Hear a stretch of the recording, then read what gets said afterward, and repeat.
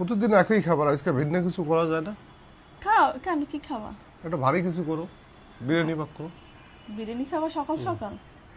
আচ্ছা ঠিক আছে, তুমি প্রতিদিন বসো। তো এগুলোই খাই। আচ্ছা ঠিক আছে, তুমি বসো, আমি একটু লেট হবে, রান্না করে দিতে আসি। আচ্ছা ঠিক আছে।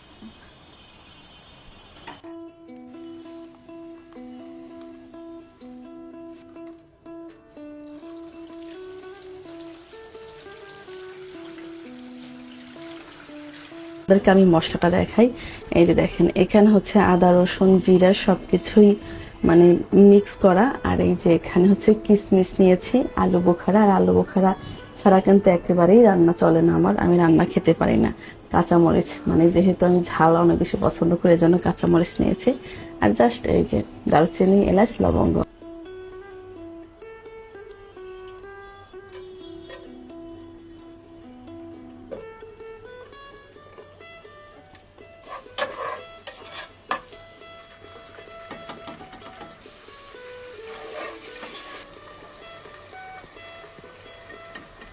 আপনাদেরকে আমার বিরিয়ানি রান্নার একটা সিক্রেট দেখাই। এখানে হচ্ছে খাঁটি গরুর দুধ। এখানে কিন্তু দেখছেন দুধটার কালারটা, দেখছেন ভিতর থেকে একবারে হলুদ হয়ে গেছে।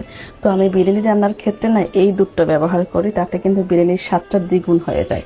তো এখন মশলা কষানো হয়ে গেছে, আমি তার সাথে এখন দুধটা দিয়ে দেবো। একটু চিনি দিয়ে দেবো, চিনি দিলে কিন্তু খাবারের স্বাদটা অনেক বেশি হয়। তো অল্প পরিমাণেই দেবো। গুঁড়া দুধ দিয়ে দেবো। এখন পোলাওয়ের চাল।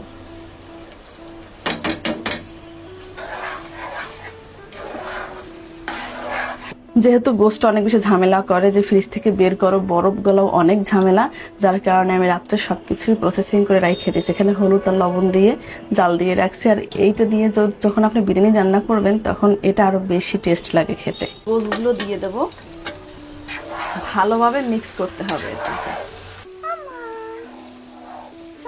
এই যে আমার মিক্স করা হয়ে গেছে, এখন এটাতে আমি গরম পানি দিয়ে দেবো।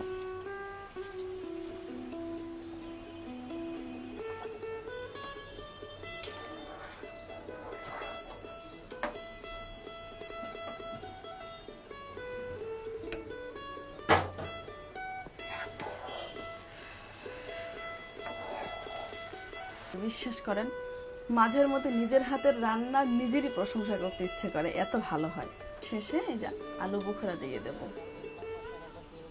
একটুখানি ঘি দেব। অবশ্য আমার ঘি শেষ হয়ে গেছে, যতটুকু আছে অতটুকু দিয়ে দেব।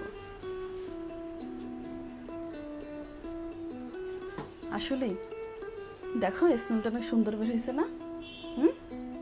খেতে অনেক মজা হবে। এই যে রেডি হয়ে গেল আমার ঝটপট বিরিয়ানি রান্না করা। এখন এটা সকালবেলা আমরা সবাই নাস্তা হিসেবে খাবো।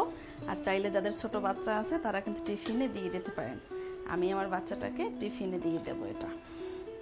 বিশ্বাস করেন, ঘ্রাণটা সেই বের হয়েছে, আর খেতে অনেক মজা লাগবে। মন যদি চায় না, তাহলে কিন্তু স্বামীর ছোটখাটো আবদারগুলো পূরণ করা যায়। কারণ একজন স্বামী তার স্ত্রীর কাছ থেকে না খুব বেশি কিছু চায় না, একটু যত্ন, ভালোবাসা আর তার পছন্দের খাবার মাঝে মধ্যে রান্না করে দেবেন। এই যে